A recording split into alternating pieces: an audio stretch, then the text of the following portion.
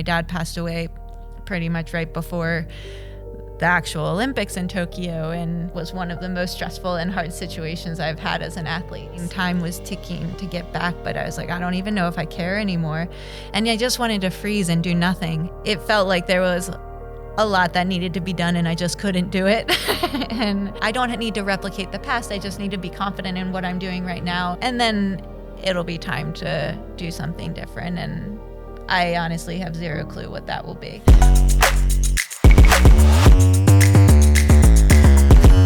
Katie, thank you very much for taking the time to join us for this face-to-face podcast. It's great to have you here. I guess I've known you for a while through Super League and known your story as well. And I think one of the things that's interesting when you look at the level of success that you've had as an athlete is that unlike a lot of athletes coming through a system now, this started with you as just a complete hobby, right?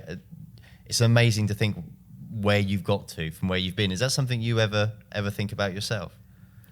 I think about it. I feel like how I got into triathlon wasn't necessarily as a hobby. I was recruited to do triathlon originally right after I finished, at the end of my time at university.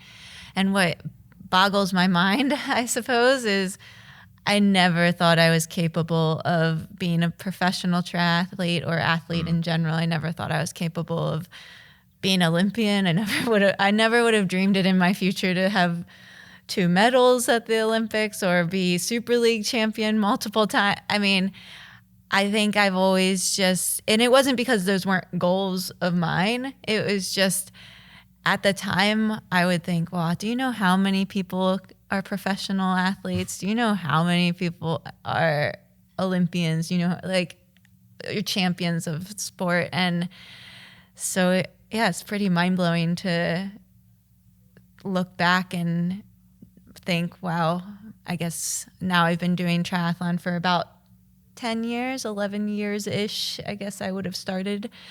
And before that, I never would have dreamed that this could possibly be my life. It's better than my dreams. It's been really incredible. When you were growing up, I know you were very sporty. You did lots of different sports. Did you always have an ambition to find something that you could be a professional at, or were you only ever just interested in having fun and this kind of just happened? Yeah, I was only interested in having fun. I think I wanted to see how I could get the most out of myself. I just didn't know what the most out of myself was really capable of. And I think in my head at the time, it wasn't realistic to think, I was going to be a professional athlete or an Olympian. And I guess I'm happy with that because I took it step by step. I never got too overwhelmed. It was always just trying to be the best version of myself as an athlete and do the best I could. And my parents just wanted me to be involved in sport, be healthy, be active. And I mean, sport really teaches you a lot I would say as a young kid, but it's still teaching me a lot as an adult. So it really teaches a lot of life lessons. And even with the community aspect of things, I mean, when I was younger, I was mostly involved in a lot of team sports, so soccer, lacrosse, and then, swimming's individual, but also team, as I guess most sports are. And so I feel like I never thought I was going to be a professional just because I kind of thought, that's pretty out of my league. And I just assumed, especially even as I was finishing university, I always just assumed, but I had ambitions to be a teacher. I had ambitions to maybe go back to school. They were just different. And so then when triathlon came apart, it was a bit out of what I would have considered like the normal trajectory of my life to say, I'll go for doing triathlon professionally, especially because at the time I didn't actually know what triathlon really was. So how strange was that transition then? Because from playing team sports to doing something that's so individual, because I think when you speak to a lot of the elite triathletes, they come very much from a background in one of the disciplines, normally swimming or running, and then they kind of find themselves falling into triathlon, but they kind of are used to what is a much more individual way of life than when you're in a team and you have a completely different environment, a completely different role in which you see yourself in sport in general? It's a good question. I think because of how I came into more individual sport, I was still in high school when I started running. And then even with swimming, swimming, I guess I did for quite a large part of my youth. But when I was younger, it always felt like a team sport anyways. So even going into university, when you're going into university to run in the US, you're really a part of a team. You're a part of the cross country team. And then you go to track. And for where I went to university at Syracuse, cross country had a lot more of a focus than track at the time. So you really felt the team unity within that individual sport. So when I went to triathlon, even though I think it was actually good for me to have a little bit of the individual part of triathlon because I was just learning. So I didn't necessarily feel like I had to keep up with anybody or be the same in skill level as anybody. I felt like I could do that on my own. But I also felt like I had a community coming in with the collegiate recruitment program that was the program that recruited me. It was a bunch of basically runners who had a background in swimming who were all starting triathlon at the same time.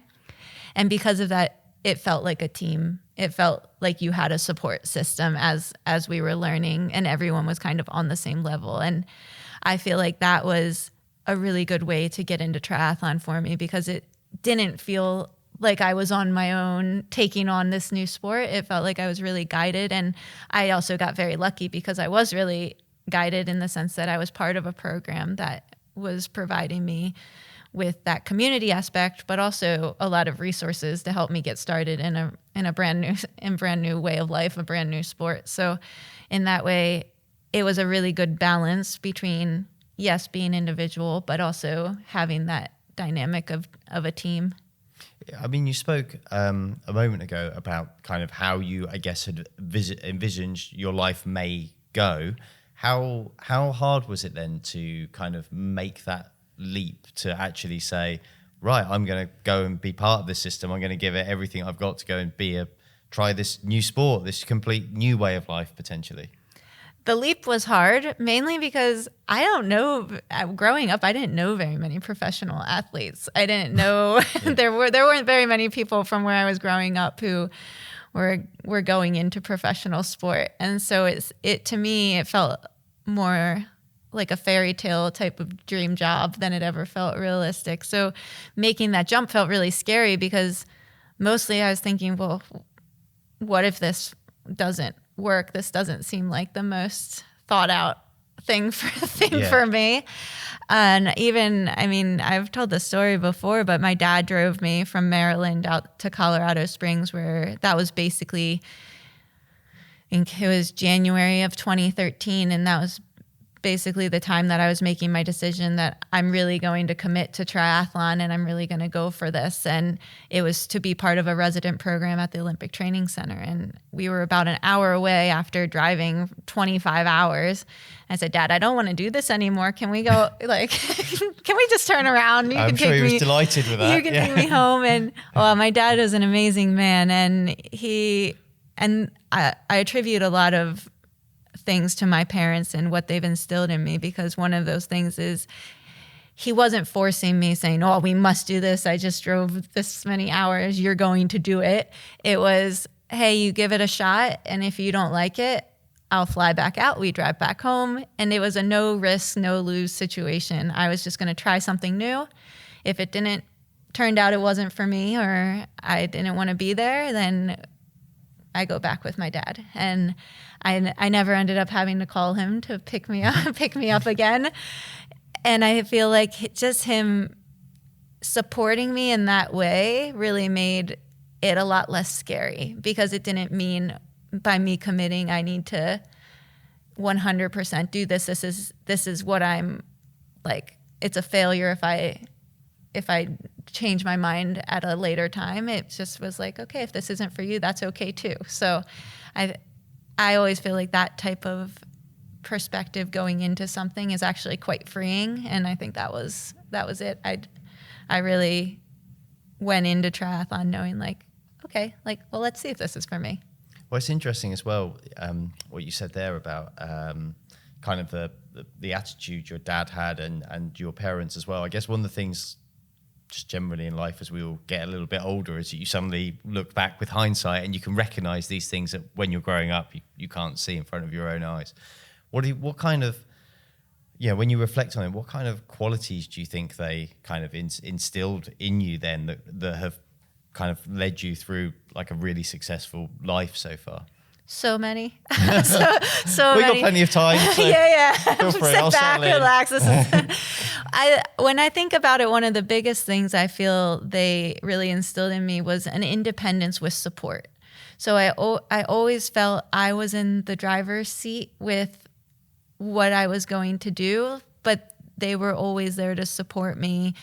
Whether I fail or whether I succeed, they were always there and I could always count on them. But I never felt like if I said I didn't want to do, well, they wanted me to try the best at whatever I was doing. If I decided I wanted to change something, it was up to me to make that decision, but they were going to support me and could be there. And I think by them raising me in that way, it gave me the confidence to make decisions, but also know that they always had my backs and I was never trying to perform for them or feel like my value as their daughter was based off of how I was on the soccer field or how I was on the track or in a triathlon. It was always, they were there no matter what. And I mean, my dad and my mom, they'll always send me a text message before every triathlon race. Well, it changed from cross country to triathlon, but it's just saying swim hard, bike hard, run hard, but most of all have fun and have some, like for my dad, have ice cream afterwards. And that's really, I think that one of the most pivotal things that they did for me was just raising me in the way to both have confidence and independence, but with support. Yeah, it's interesting because I guess when you look at then growing support networks as you become a more successful athlete, you were able to grow a little network around you, and you also found obviously a close coaching relationship as well with Joel Filiol. Could you talk a little bit about how that came together and kind of how that relationship has evolved as well over time? For Joel, you mean specifically? Yes, yeah. So because of how I came into triathlon, it was through the collegiate recruitment program. They provide you with a coach right in the very beginning, but you're not really supposed to be a part of the program for a very long time. At least this is how it was when I was getting started. Mm-hmm. And so my time was kind of coming to an end with the collegiate recruitment program, and they were not pushing me, but guiding me to find kind of the next stage. And I was at the grand final when it was in Edmonton. It would have been 2014. And Joel's squad for the women finished. I think he had 4 in the top 12, or I don't know. It was some percentage of women who were all in his squad who had done well. And I was like, well, if I was in his, then it would have been like 50%, or I mean, that's probably too high. But I really wanted to be a part of his team because of that. Also, Tommy, my husband, who was not my husband at the time, but we were dating, he was a part of Joel's squad. So I kind of knew how much he respected Joel. And it was a group that I really wanted to be a part of for both Joel as my coach and the girls that I would get to be a part of and be in a daily training environment with. So basically I was just trying to beg him to take me on. And, in the end, he accepted me, and it's pretty incredible.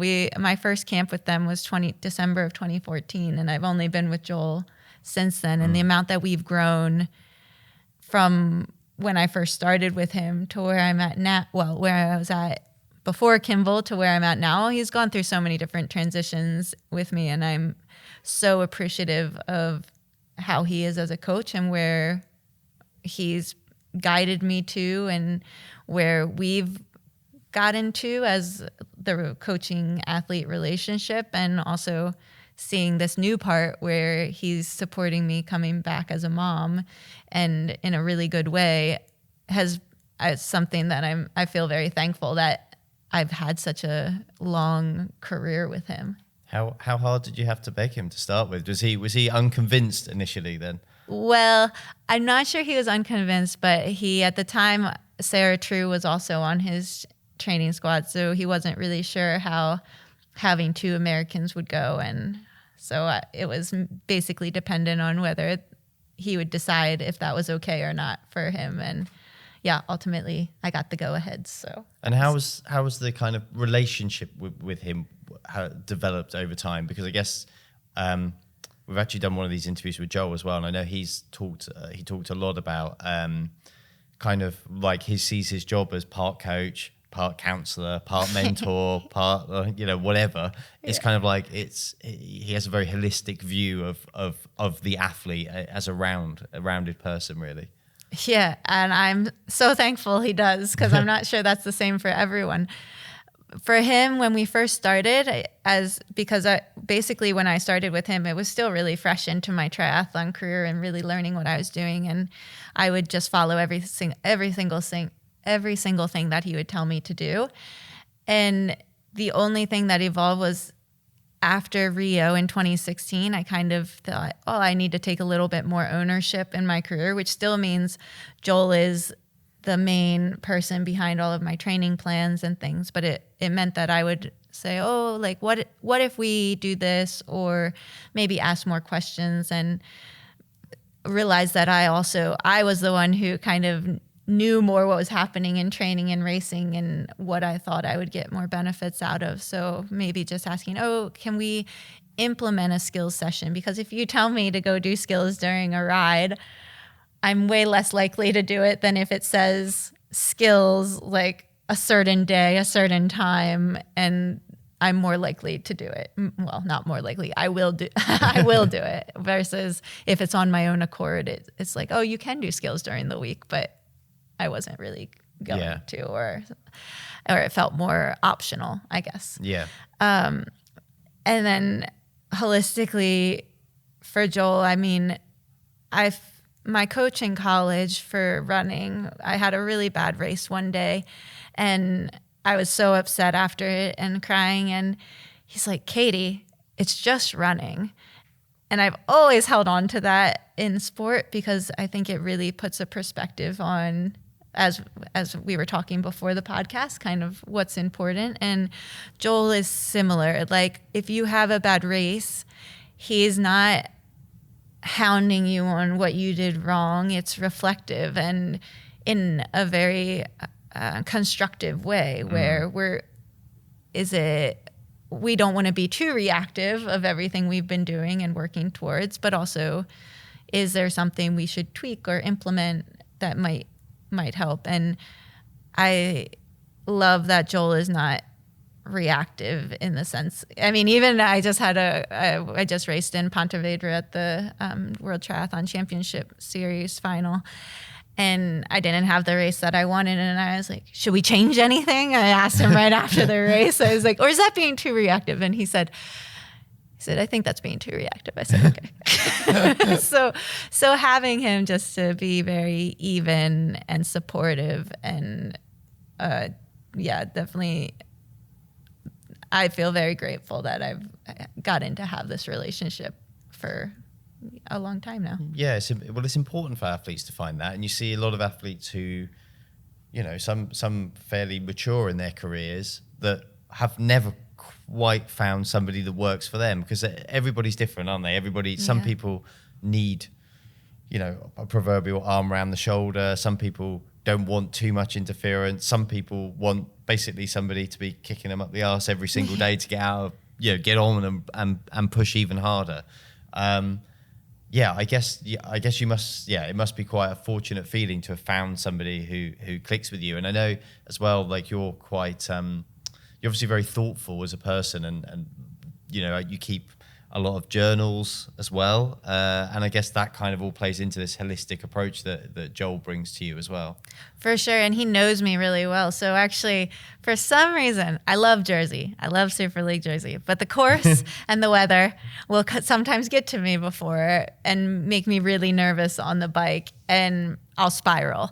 And Joel will just say, go back to your process, which basically means for me, writing out in my journal, what are my goals, writing out my timeline for the schedule of the actual day of the race to take me out of emotional state and make me more analytical and logistic based. And then all of a sudden I feel way better about anything I'm going into because I'm not on this, I don't know, tornado of thoughts that probably aren't helpful.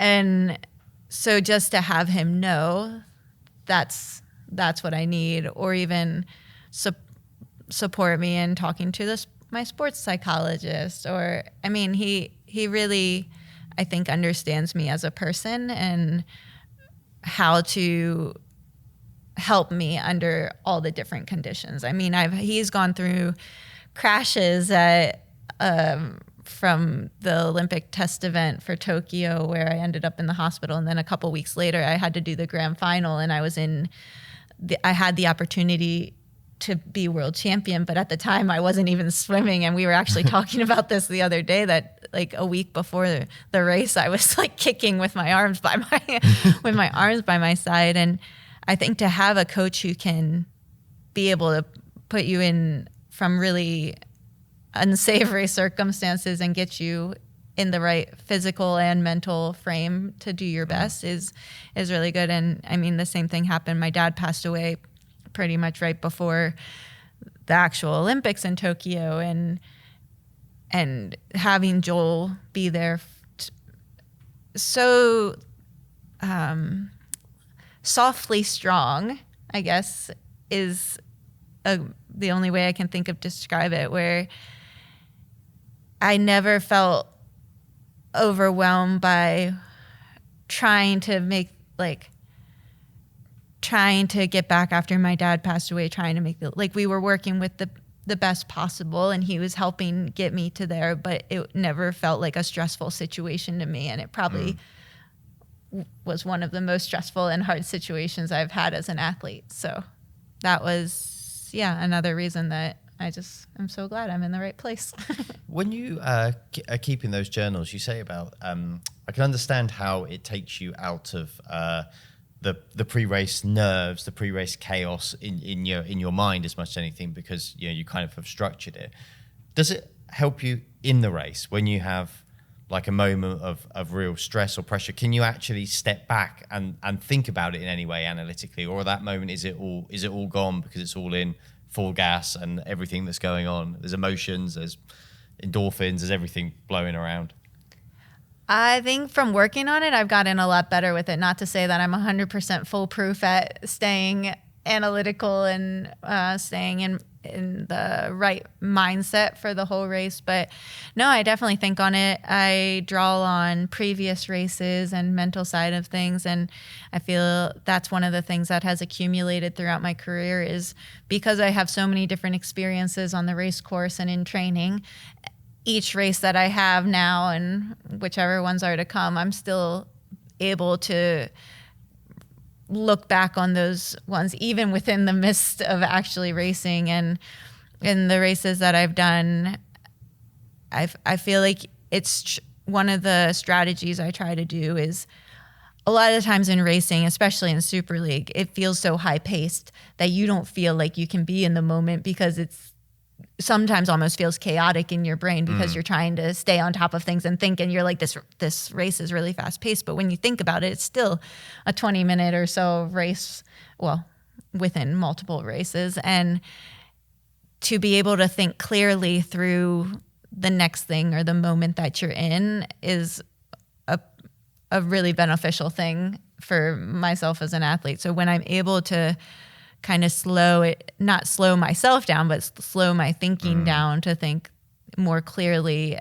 and not try to rush through, then it's really helpful. But I would say all the mental strategies, I read a book once by Dina Castor, Let Your Mind Run, and she talked about your mental strategies being in a toolbox. You don't just have one mental strategy you use, but you're able to kind of go through them all, pick them out, and use whatever's going to best benefit you in that specific moment. And you might shuffle through 5 in 5 minutes or more. Like, there's not necessarily that one's going to last you for the entire race or anything. And that really resonated with me, because it's building that so you do have so many different tools that you can pull out within the races. And when you're racing well, I mean, it's relatively easy. Things usually go more smoothly, and you just kind of find flow a bit better. It's the hard ones where you really have to grit through and stay in the right mindset that are more challenging, and that's what I try to do. You talked earlier about when your father passed away, and you said some lovely things about him as a man and a person already. But in terms of like where that fell in terms of timing, you obviously mentioned briefly about it, but just curious as to how hard that must have been. Like you're coming, I guess, to a defining moment in your career potentially, as you're enduring a defining moment in your life as well, and a very tragic one. Is how hard was it to get through that? Was triathlon an escape, or did you feel like you were able to deal with what was happening away from the course while you were going through this? Did you have to try and sort of box it off a little bit? Like, how did you cope with that? It was so unexpected for us. So when my dad passed away, I was in Spain and I just flew home. And when I flew home and when we went through like grieving, being with family, going through his funeral and everything, at that point I didn't care about triathlon. I didn't.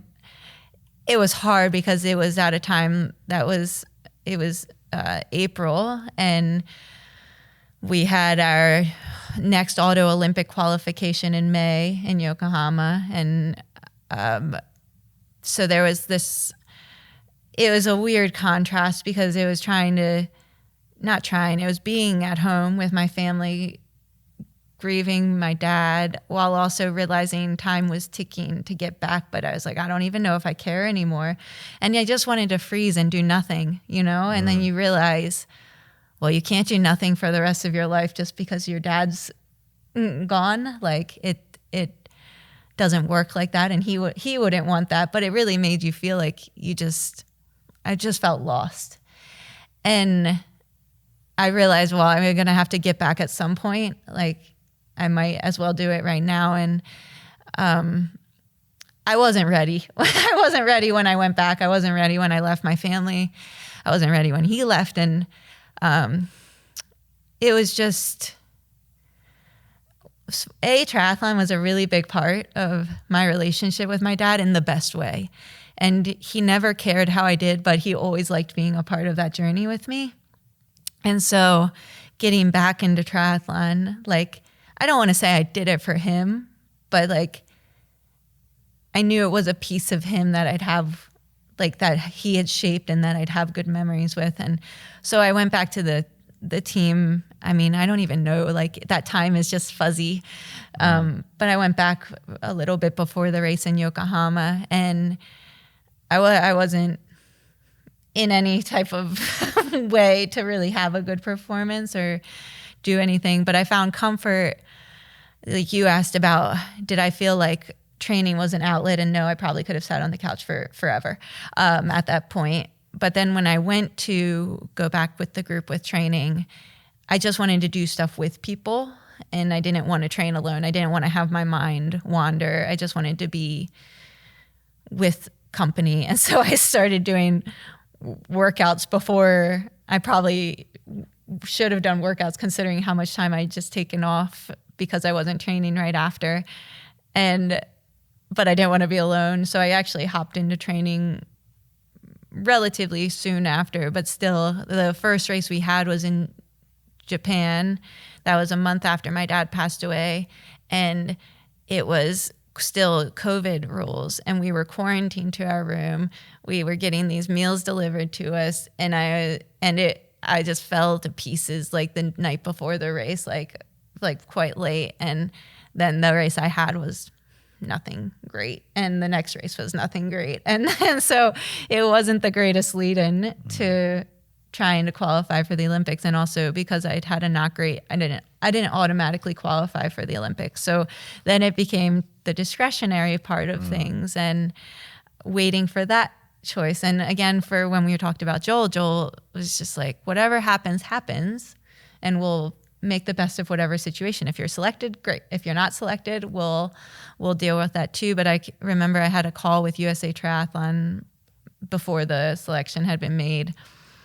And I was so confident on the call that I was going to be ready. And I was like, where did this come from? Because I really wasn't sure that I'd have felt that way. But when I was talking, like when you're trying to like BS to someone that you're ready, but you know you're not ready, and you know what you're saying doesn't feel comfortable coming out of your mouth.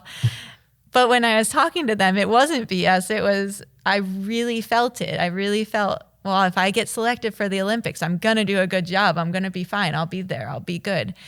And so then I ended up getting selected. And by the time Tokyo came around, I don't know. It was okay. And my dad, there was a rainbow during our race, during the individual race. And I noticed it and I thought, oh, he's here. Like he's watching. I mean, I'm big on signs. So I feel like my dad sends me signs. That's yeah. I mean, that's an incredible moment, I guess. Did you feel like you were able to kind of fully process it and kind of grieve at that time? Because you said like, you had to leave your family earlier than you would have wanted to. You kind of had to make the decision that I need to get back to this. Did you feel like you were able to fully process it and grieve it? Or was there a time like kind of after that, once things were settled down a little bit, that it kind of hit you a little bit more a bit later on? I would say no, maybe the time right before Yokohama when it was like without, but even now it still doesn't feel real sometimes. No. And I mean, it's just hard. I kind of feel like sometimes, I don't know if this is the best way to deal with it, but sometimes I just try not to think about it. And there's certain things that trigger things more than others. And the things that probably stuck out to me the most after my dad passed away and getting back kind of before I was ready was just having the triathlon community be there for me, be there for us and my family, and realizing, again, a perspective thing where you realize these people care about you no matter where you're finishing on the course. And I felt that was such a special thing just to have so much love and support during the worst time of my life, and one where it felt like there was a lot that needed to be done and I just couldn't do it. And so to have the triathlon community kind of be there standing strong. And it's not, when I say triathlon community, I mean, it's competitors, it's organizers, it's the people that Tommy's working with as the like media side of things. It's the officials on the race course. It's the coaches of like all the different federations or all the different athletes. And it made me feel very appreciative of this community and being able to be picked up when you really just, if it wasn't as great of a community, I wouldn't be here right now. I would definitely have stopped and maybe stopped far earlier. Well, you've taken on plenty of challenges. You've come through some really, obviously incredibly trying times, and you've been an incredibly successful athlete as well as person. So I guess the next challenge has been now motherhood, and now combining motherhood with professional athlete. How has that been so far? Hard, but really good. I didn't know if I was going to come back to racing after having Kimball or starting a family, really. I mean, my thoughts was always, I'll go to Tokyo 2024 and then we'll try to start a family and be pretty much done. I always thought I'd for sure be done draft legal style. And then as we got closer, I realized the only reason I was thinking that was just because there's not that many moms who stay in this faster draft legal pace of triathlon. So I was like, well, I really like my job. As I said, I really like the community, and that was a big draw to get back. And I didn't feel like I was at my peak, or I didn't feel tired of doing triathlon. I wasn't ready to be done. And so I thought, okay, well, we can give it a shot and see how it goes. But I felt very strongly that if it wasn't right for me and my family, then we would pivot. But there was no harm again in trying. And I think that goes back to what I was saying with my dad when I was first getting into triathlon. It's like, you give it a shot, and if it's not for you, doesn't mean anything's wrong or that you failed. It just means it's not for you. And so that's how I've come back into triathlon. And wow, even though it's been really hard, and as we were talking about earlier, hard in ways I didn't even expect it to be hard. I look back and I have zero regrets that we're doing this and that we're trying. And there's no place I'd rather be and nothing I would rather be doing. How has it been? Like we've obviously seen Kimball, your son, around, and you have Tommy around as well, and you have a lot of family help and support as well. But how hard is that juggle, especially when your job obviously demands quite a lot of travel as well, and a time away from home, and being on the road with the family? It's like, it seems quite challenging from the outside. It is really challenging. It's really challenging to figure out the right system, I guess, because as an athlete, and for the past 7 years or so, I would always travel a ton and be on the road and be mostly at camps with my training group. And now with Kimball, a part of us really wants to be at home in our house in North Carolina. But as an athlete, I thrive in the daily training environment with my coach and my teammates. But as a mom, I wasn't sure. I thought, we need to be at home. We need to provide him with like stability. Yeah. And I think we're still finding that balance, but we'd been gone just now for 2.5 months. We left in July to race in Hamburg, and then we just got back. Well, we got home for like a day, and now we're in California. Enjoy your day.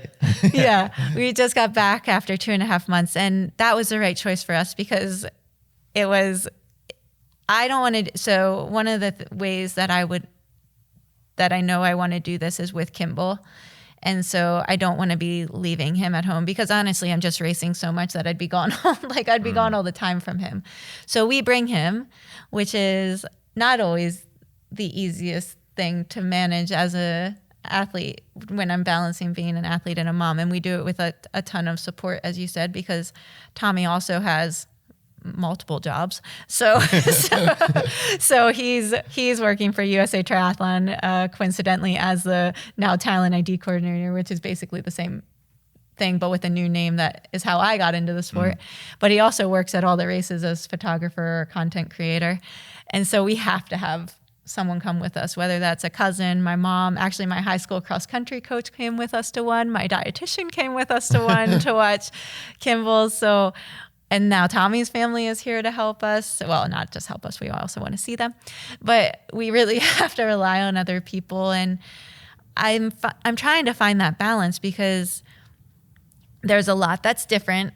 And then there's a lot that can stay the same. And I think I'm trying to find the balance mentally of looking at how I am as an athlete, of what's similar and what's different, and thinking of that in the right way. Because up until probably like a month ago, I just came back, and not in a necessarily negative way, but it wasn't a positive way either. I was just like, well, it's so hard coming back as a mom and trying to become physically where I need to be, do logistics. Race lead-ins are a lot different because I don't just say like, oh, no Kimball. Like I'm still being a mom during that time, although we're figuring out a system where like a few days before the race, family or friends, whoever's with us, will be more on primary Kimball duty. And then I kind of come in, I don't want to say visit. That actually makes me feel bad to say I'm visiting my son. But this is part of the thing, right? This is part of the problem, like that I think is an unseen problem for people who are doing this, is that it's hard not to feel that guilt. You're doing like everything right. You're a loving mother. You're trying to hold down doing a good job and doing everything. And that yet you still probably feel this burden of guilt, of sort of worried about judgment and things like that, which are kind of, they're not your fault. You're doing everything right, but there's kind of those things that we have in our minds, right? For sure. And Kimball doesn't care at all. Like he's doing great. They're He's fine. thriving. It's just me. Yeah. And that part is really hard. And I almost said, I think it's even harder when I have him at the races, but I'm close enough to be there for the whole thing, but I'm not. I'm training or trying to get into the right, just relaxing or getting into the right race mode. But sometimes that feels worse because if he were just in another state, then it wouldn't be possible to see him. But so it is balancing with like this guilt of feeling like, well, I'm choosing. But I realized that my processes don't necessarily have to look the same as I don't need to replicate the past. I just need to be confident in what I'm doing right now and for the future. And my training, especially when I've been with the group this little bit, I found a really good rhythm. I started feeling like myself in sessions. And that was a really good step. And so I feel like I'm coming around to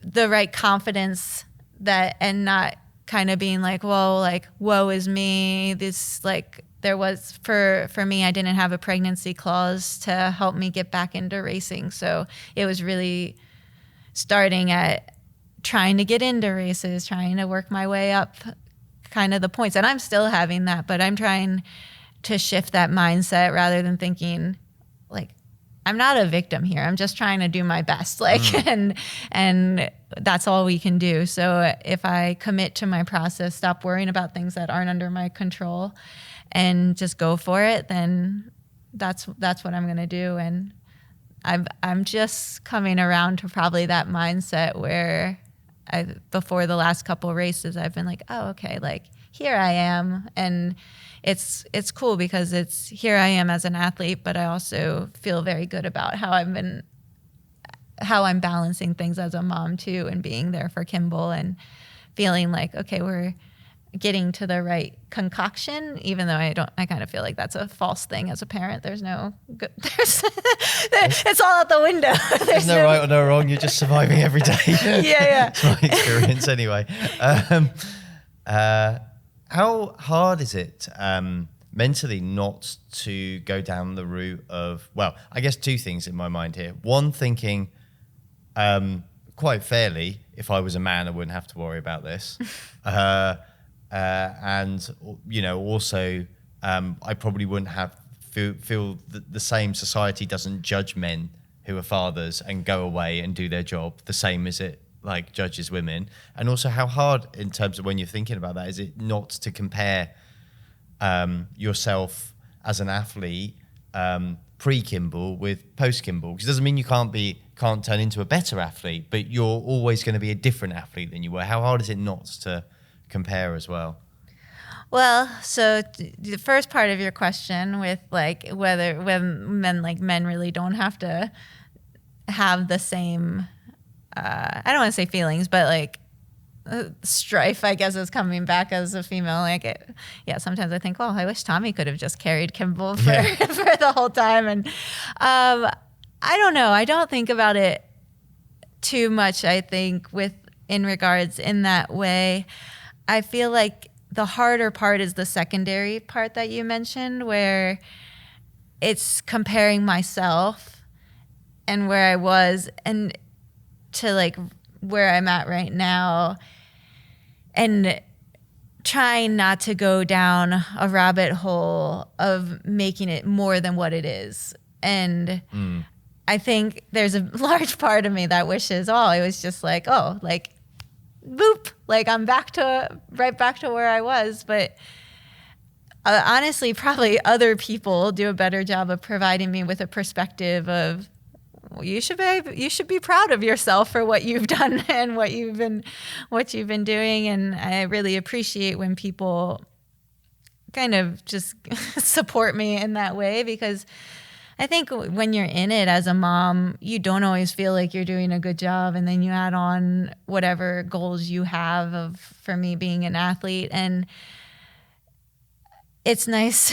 It's nice for someone else to kind of give you the perspective, and that leads me to figuring it out for myself, which honestly is the more more important side, because you can have other people tell you things all the time, but until you start believing it yourself, it's kind of, not that it's worthless because I just said it wasn't, but it's a lot more monumental when you start feeling it.